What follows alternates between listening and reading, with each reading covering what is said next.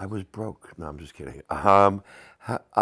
What attracted me to the program was, or to the movie was, I had heard from my agent for about 2 years that Darren Aronofsky was interested in working with me, and I said, "Who's Darren Aronofsky?" And because he's pretty much sort of like this cult kind of independent, really arty farty kind of guy I mean that complimentary that, Hollywood has sort of been trying wooing for years to come out and make big, you know, commercial kind of movies. And the more I saw a couple of his movies, I saw Pi and I saw Requiem, and I was very impressed with the integrity and the intention that he had with his sort of filmmaking and all the information when I asked people whose opinions I respect that I got back, it was the same kind of vibe or information that, let's say, you'd hear about Francis Coppola, young Francis Coppola who I worked with years ago in Rumblefish, and then I met Darren.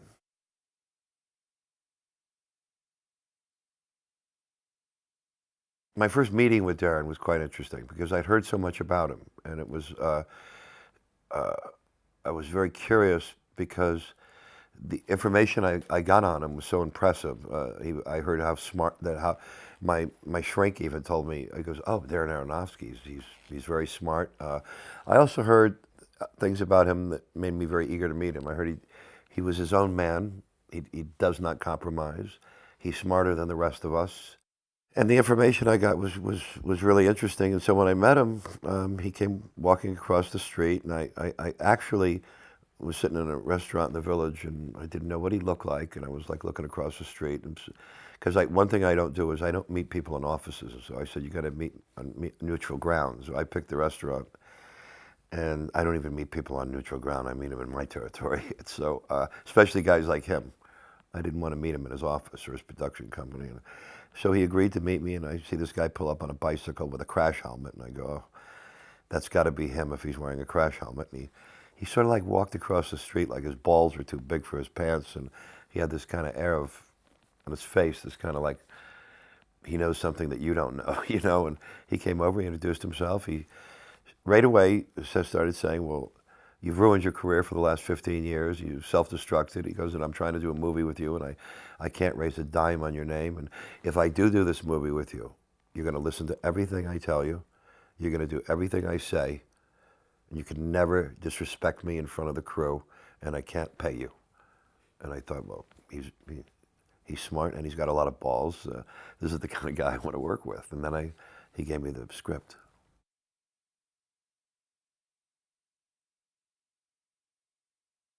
When I saw the script, I was a little disappointed because, coming from a sports background, I didn't want to do, I thought, oh, a wrestling movie. I thought maybe I'd do, some kind of dramatic movie with him or a love story or, I don't know, a science fiction movie or something. But, the wrestling story was very, me coming from a professional boxing background, I had looked down on that sport because it's pre-orchestrated, it's predetermined the outcome, and it's like wrestlers.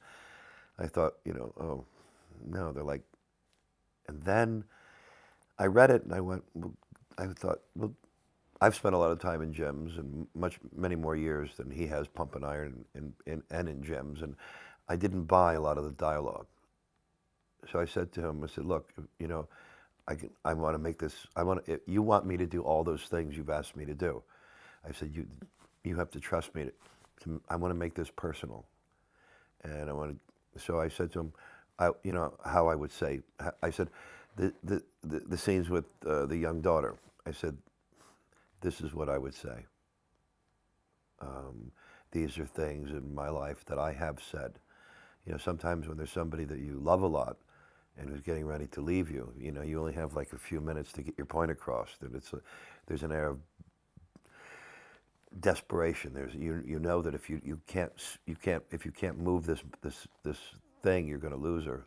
Something that you love. So I made it personal, and I recalled moments that I had with my wife when she was taken off, and I used it because I don't have a daughter. So I just made a different change there, and Darren went with the flow with me on that, and so he let me rewrite all those scenes, and he let me write the speech at the end where I said, "Well, I never thought I'd be in here again," and I don't, I don't, I don't walk as good as I used to. I don't talk as good as I used to. I don't have as many teeth in my mouth, and I'm not as pretty as I was anymore. And I was mainly, and then I have to go on about, they told me I was washed up. They told me I was finished, and but I was really making it personal, talking about not being able to work in the acting business for 14 years. So he rolled with that, and then also the taboo subject of steroids. I said, listen, I've been in the gyms. I've heard everybody talk. I said, we have to incorporate this in because it's all about bodybuilding, steroids, how you look, take suntan and peroxide bottles.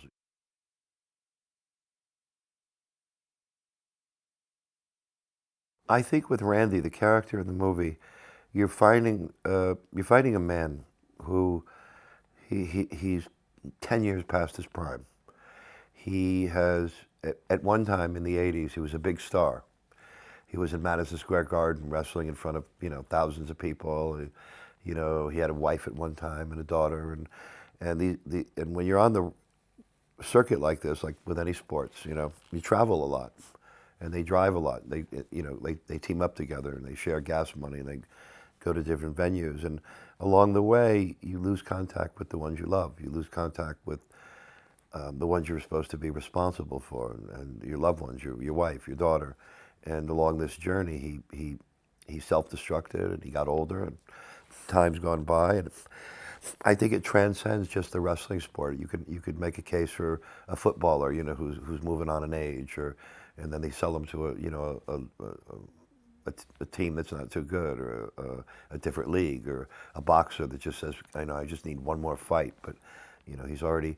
My old boxing trainer said to me one time when I was very young, I was asking him about a question, and he says, Mickey, every night, every fighter in one night gets old.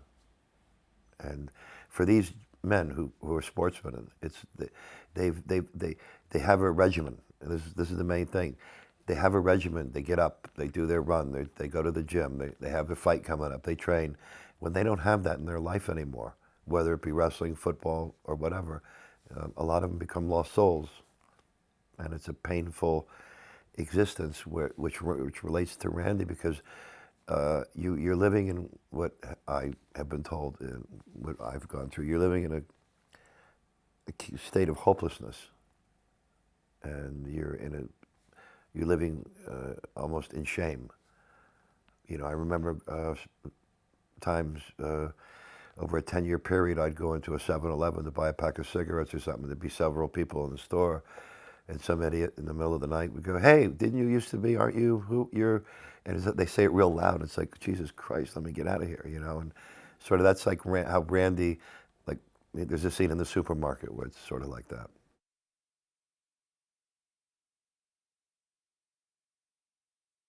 The physical thing was very difficult, especially this was a movie that was a $5 million movie. There wasn't a lot of money in it.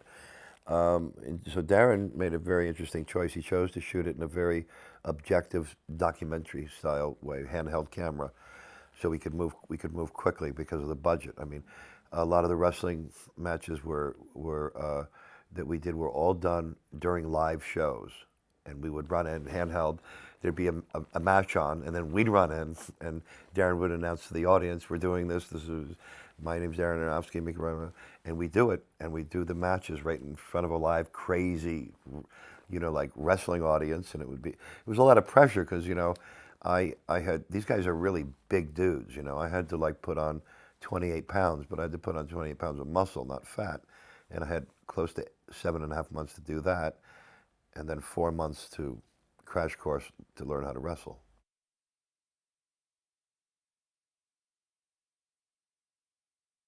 It really did because, I walk around at, 193 pounds and I got up to 228 pounds and, I started to move differently. I was eating several meals a day. I was lifting very heavy weights.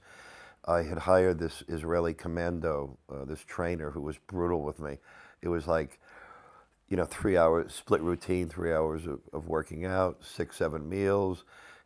Every day he would cue me on what I was eating, and maybe some nights because I went back home to Miami to train, I'd be out in the clubs, at night, running around, and I'd walk into the gym, and he'd look at me and he'd go, "Fuck you," And I said, what? He goes, you were out last night drinking. I go, what? Yeah. I said, do I have to do cardio today? And he goes, go. And it was like, fuck, man. But I hired somebody who was strict with me. And because he was a military guy, especially because he was an ex-Israeli soldier, he wouldn't have me, he wouldn't have it.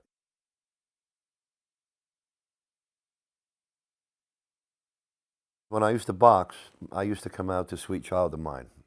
And I remember we were doing a scene, in front of the live show, and I was behind the curtains there, and it kind of reminded me of when I was during my fighting days. And I said to him right away, "Could you put Sweet Child of Mine on?" And they found it, and they blared through the thing, and I felt like the old days, and so that all worked. So I called Axel up, and I explained the situation with the budget, and he gave us Sweet Child of Mine.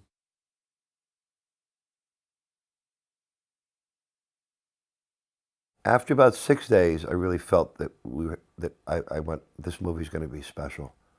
This feels like the best work I've ever done, and this feels like one of the best directors I've ever worked with. After 6 days, and when the movie was over, I was so proud of it, and I hit certain emotional moments. When I met Darren, I knew that why he wanted me. I knew he wanted me to also open up and revisit some very dark, personal, painful places, in my life, and as well as the physicality. And actually, when I got replaced on the movie early on, because they couldn't raise the money on me, I was relieved that I got replaced. I was the only one who was happy about it, because I thought, man, this is a lot of work. There's going to be a lot of hard work for no money. And I was broke at the time. And I remember doing the emotional scenes, and they all, he challenged me. He kept pushing my buttons. My dog had got a stroke a few days earlier, and I didn't know if she was going to make it or not. Just before I had to do the scene with the daughter, he came over to me and he said to me, he goes, Loki died. And I just fucking broke down, and it was, boom, let's shoot, and it was like, I was a wreck because I didn't know if he was kidding me or not. My dog, she's been with me 18 and a half years, and it was like, it was just, it was crazy. And then the night was going on, and I nailed it on the first take and the second take, and then he said to me, I want you to really bring it. And I'm going, did Loki die? And he goes, I said, and then he goes, I want you to bring it, make it, give it to me, do it for Loki, And it was like, fuck. So it was, he knew how to push my buttons and challenge me, or if I was not using, there were certain substitutions that I was using, whether it be my late brother or my ex-wife, and so everything became very personal.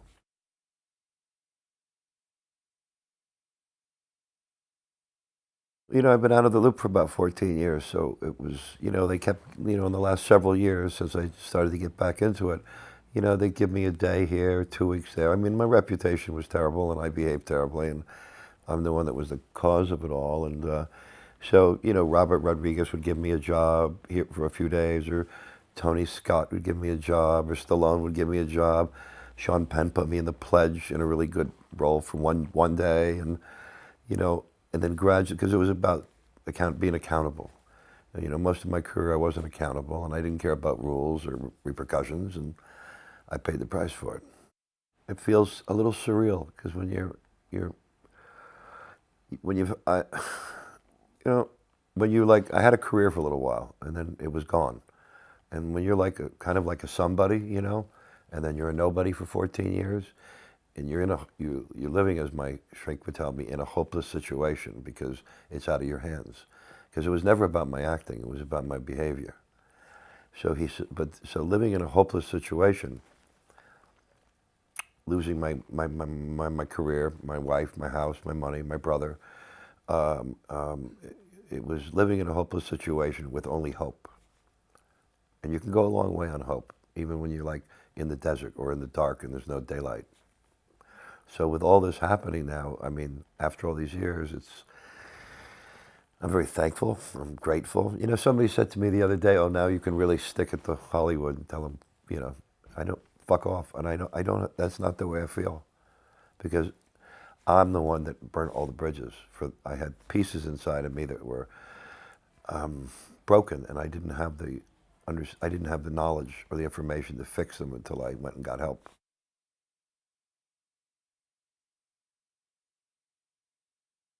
Well, I think a lot of my issues when self-destructed had to do with, I became very hard, and I came from a very violent background, and I handled things out of respect and pride and honor, sort of old school kind of mentality.